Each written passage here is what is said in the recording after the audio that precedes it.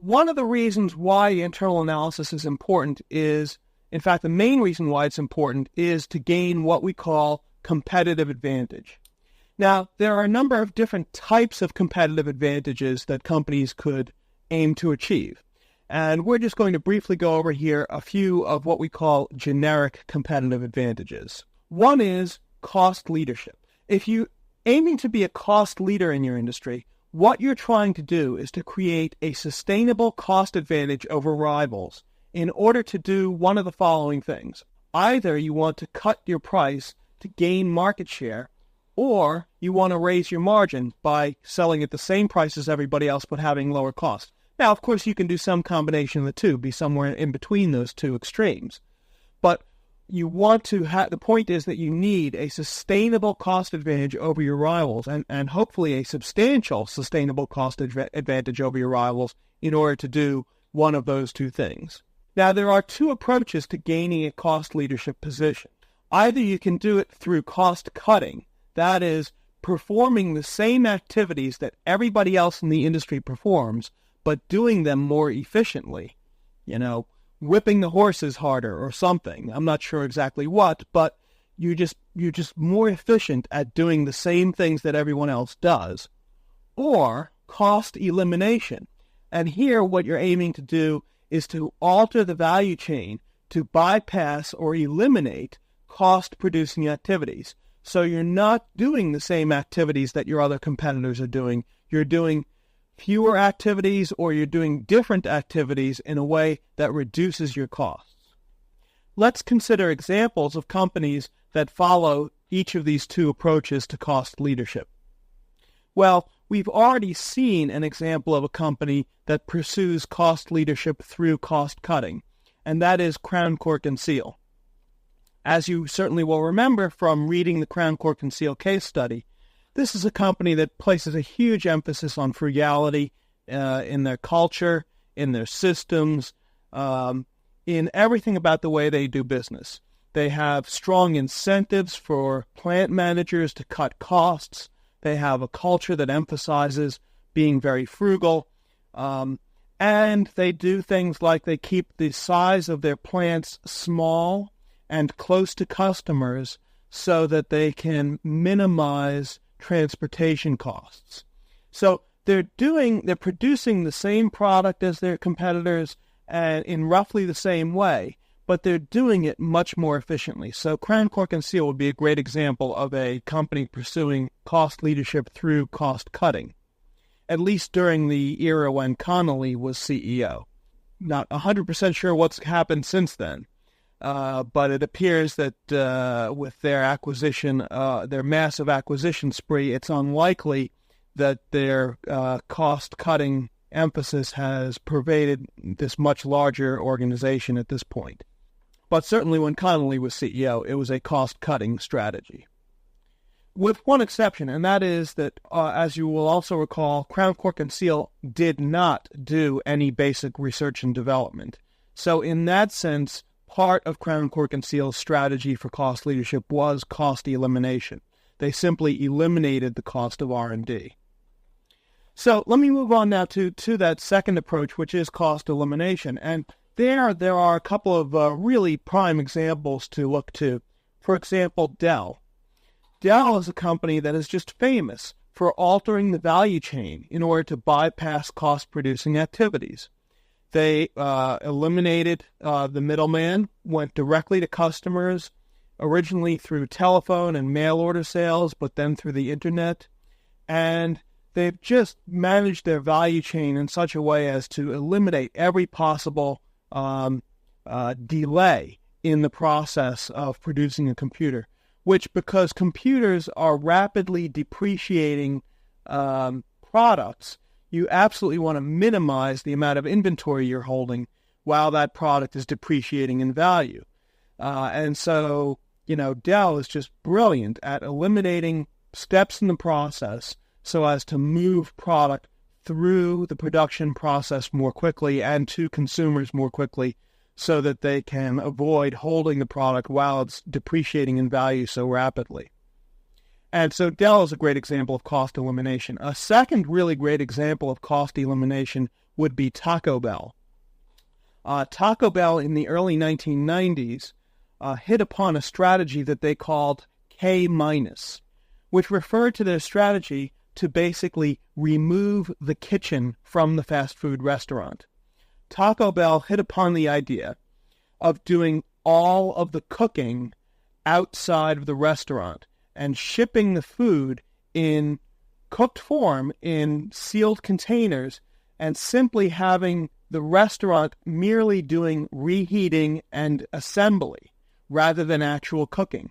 All the cooking was done off-site at central processing facilities, which gave them huge economies of scale. Because in the restaurant industry, you typically don't get economies of scale. But Taco Bell found a great way to create economies of scale by doing all of the cooking in these centralized locations rather than in the individual restaurants. And so because the individual restaurants were reduced to a simple reheating and assembly process, they eliminated from their menu every item that required more than about 10 seconds to assemble. So this is a very, very cost-conscious business, Taco Bell, and they have really pushed the envelope on cost elimination by taking the kitchen out of the restaurant.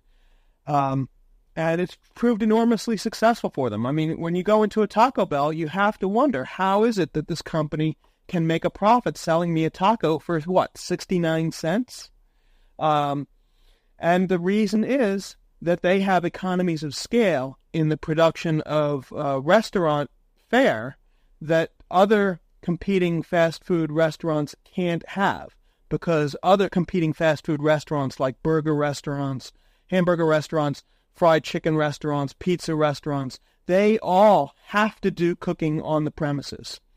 You just can't cook a burger the way Taco Bell prepares the taco ingredients. You can't pre-cook a burger and then ship it to the restaurant and merely reheat it at the last second before the customer wants it. That would be a serious degradation in quality. And the same for fried chicken or pizza or other types of fast food cuisine. It just so happens that Mexican cuisine worked out very well for Taco Bell in the sense that they could apply this centralized food processing approach that took the kitchen out of the restaurant. So that's a great example of cost elimination. Okay, so we've talked about the two approaches to cost leadership. Let's now move on to the other generic competitive advantage, which is differentiation. Now, in differentiation, the goal is totally different from cost leadership. Whereas in cost leadership, the objective was to produce basically the same product that everyone else was producing, but do it cheaper. In differentiation, the idea is to produce a product that is markedly different from the product that your competitors are producing. The idea is to embed in your product or service a set of features that will cause customers to prefer your product or service over the product or service of your rivals. Now, why do you want to do this as a differentiator? Well, there are two reasons. First, you can generate higher levels of demand at a given price, or you can charge a higher price and go after pockets of less price-sensitive demand, or some combination of these two. Now, just as there were two approaches to cost leadership, there are also two approaches to differentiation. The first is to go for what we might call economic differentiation. And the idea here is to improve the product's economic performance. That is, for example, to cut the buyer's overall cost of owning or using the product. An example here might be to make your product more reliable so that it requires less maintenance, fewer repairs, and has more uptime, or making your product more fuel efficient so that it requires less electricity or gasoline or whatever it is that runs your product. So those would be forms of economic differentiation. Those are things that really cut the buyer's overall cost of using the product throughout the product's life cycle. A second approach is what we might call psychological or social differentiation. That is, you enhance the buyer's satisfaction or social status in non-economic ways. So the examples here might be luxury products that the buyer perceives as being higher status, or perceives as being better in some way than the other cheaper products that are available on the market. So let's take a look at some examples of companies that have pursued these two approaches to differentiation. In terms of economic differentiation, perhaps the best example I can come up with is Honda. Honda aims to produce cars that are very fuel efficient and very reliable.